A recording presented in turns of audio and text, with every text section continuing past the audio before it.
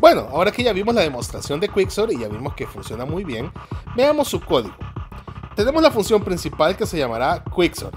Esta recibirá tres datos. Recibirá la secuencia de datos a ordenar y recibirá dos índices de posición, un start y un finish, S y F, dónde va a comenzar la ordenación y dónde va a terminar la ordenación.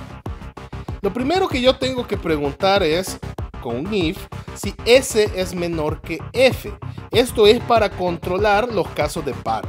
Es decir, si tengo un solo dato o si se me genera una combinación de índices tal que me queda un negativo y por lo tanto es un conjunto vacío, entonces en realidad no tengo nada que ordenar y la función simplemente va a retornar. Ve que el if es falso y regresa. Pero si el if se cumple, entonces sí hay datos que ordenar, sí hay un inicio que está antes de un final con cosas adentro. Y por lo tanto tengo que aplicar el procedimiento. Y básicamente son tres pasos. La primera línea realiza el jugo del proceso, porque es la partición.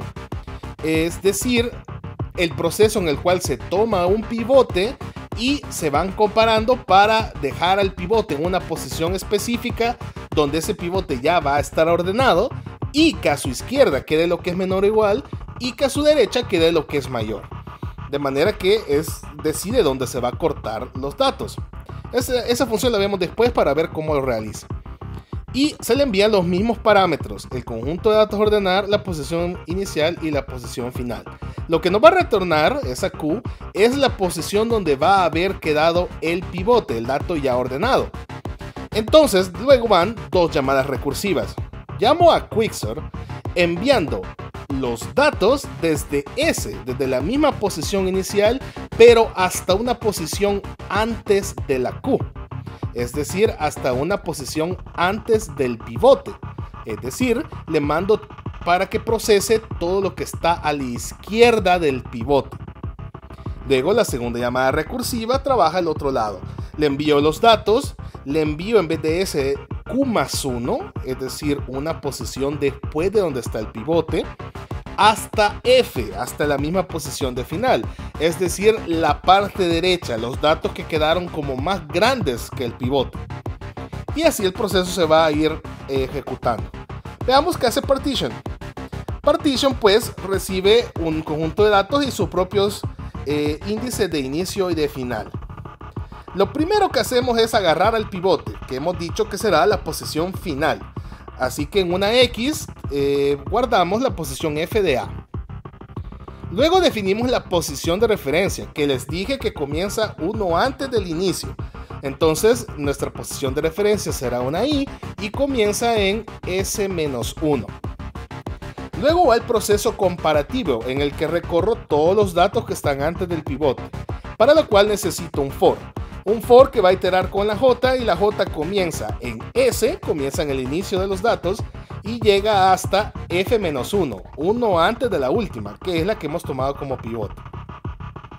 Y para cada dato hacemos la pregunta, hey, es el arreglo, la entrada, el conjunto de datos que he mandado en la posición J menor o igual que mi pivote. Si la respuesta es no, es decir, falla, en realidad no tengo nada que hacer. Simplemente voy a seguir recorriendo los datos.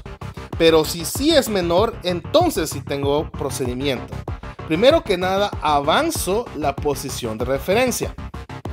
Luego, donde haya quedado la posición de referencia, esa misma posición en la entrada de datos la intercambio con la posición en donde estoy en el recorrido. Hago un intercambio en por dónde voy con dónde me ha quedado la referencia ahorita, y solo lo hago para los datos que son menores o iguales que el pivote. Esto es lo que va provocando que lo menor o igual se manda a la izquierda, se vaya mandando al inicio, y lo que sea mayor entonces se va mandando hacia el final. Cuando el for termine va a haber ocurrido eso. Tengo todo lo menor o igual que el pivote hacia la izquierda y todo lo mayor que el pivote hacia la derecha. En ese momento, la posición de referencia, si yo le sumo 1, ahí es donde el pivote tiene que estar. Y esa es la posición que intercambio con la última, para que el pivote quede donde tiene que estar. Luego de todo esto, luego de ese intercambio, está el pivote en alguna posición, que es la I más 1, y a su izquierda está todo lo menor igual que él, y a la derecha está todo lo mayor igual que él. Entonces, esa posición I más 1 es la que yo tengo que retornar para decirle a la función que me llamó que ahí es donde quedó separado el arreglo en sus dos mitades para que pueda continuar el proceso. Bueno, aquí está el código. Es hora de analizarlo. Vamos a ir en reversa. Vamos a comenzar analizando a partition. La primera línea pues solo es algo trivial. La segunda línea es algo trivial. Luego va un for. El for empieza en S y termina en F-1. Por lo cual se ejecuta un total de F-1 menos S más 1 veces. Esta fórmula ya la hemos visto antes y es la fórmula general para determinar la cantidad de datos en un intervalo que va desde un dato A a un dato B. Más 1 por la iteración extra del for. Sea como sea, el punto es que me queda una función que depende de F y de S. Y aquí esto puede verse un poco extraño, pero recordemos que se supone que significan S y F. S y F son posiciones en la entrada de datos. La entrada de datos sabemos que tiene que tener el total de datos de entrada y eso es el dato n, la cantidad de datos, el tamaño de la entrada. Por lo cual S y F se mueven en el mismo rango que la n. S no puede llegar a ser menor que 1 y puede llegar a ser n. F igual, lo más grande que puede ser es n, y si quiere bajar no puede bajar menos que 1. Por lo cual ambos datos lo más grande que pueden ser es n. Eso es lo peor que podría pasar. Y como yo en análisis de algoritmos trabajo con lo peor, entonces S y F, si el for se ejecuta una cantidad de veces que depende de F y S a lo más que pueden llegar a ser es n, yo puedo resumir la historia como que la cantidad de veces que se ejecuta el for depende de n. Por lo tanto, puedo decir que es algo equivalente a n más 1. Luego, el contenido del for sería n veces, recuerden, 1 menos que su encabezado, multiplicando la cantidad de veces que se ejecuta lo que está ahí adentro. Y si vemos lo que está ahí adentro, todo es trivial, todos son comparaciones, sumas, asignaciones. Entonces todo lo que está adentro se ejecuta una sola vez por la n. Bueno, resumiendo, tengo 1, 1, n más 1, un montón de n's y un montón de unos. Todo partition es O de n. Es una función lineal, por lo cual es una función muy eficiente, muy poderosa por sí sola. Pero bueno, regresemos a la principal, que es Quicksort. Y esta tiene una recursión, aquí es donde las cosas se complican. La primera línea solo es el if, así que se ejecuta una vez. Este if no tiene else, por lo cual su segundo cuerpo se ejecuta 0 veces. El primer cuerpo son 3 líneas. La primera es la que llama a partition. Y partition ya vimos que es de orden de magnitud lineal, así que esa línea es O de n.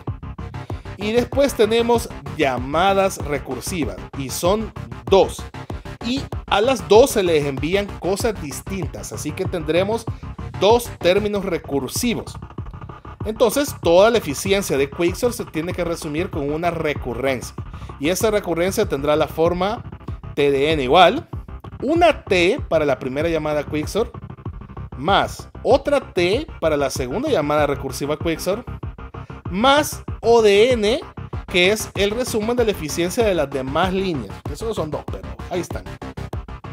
Bien, ¿qué coloco yo en estas t's? En términos generales, lo que yo tengo que hacer es colocar n menos a en la primera t y a en la segunda t. ¿Por qué? Porque aunque yo sé que el pivote comienza siempre en la posición final, no sé dónde va a ir a parar, porque no sé cuántos son menores o iguales que él y cuántos son mayores que él. Entonces no sé en qué posición va a terminar ese pivote. Y esa posición es la que determina cómo parto la entrada. Cómo parto yo para saber quién es izquierda y quién es derecha. Yo lo que sé es que un pedazo de los datos, que puedo llamar A, se va para la derecha y los demás se van para la izquierda, que en este caso sería n-a. De hecho, si queremos ser un poquito más estricto, tendría que ser n-a-1, pero vamos a dejarlo así. Para yo poder resolver la referencia necesito saber a, pero a es un dato que en realidad no puedo saber. Así que esto se ve como un poco más complejo.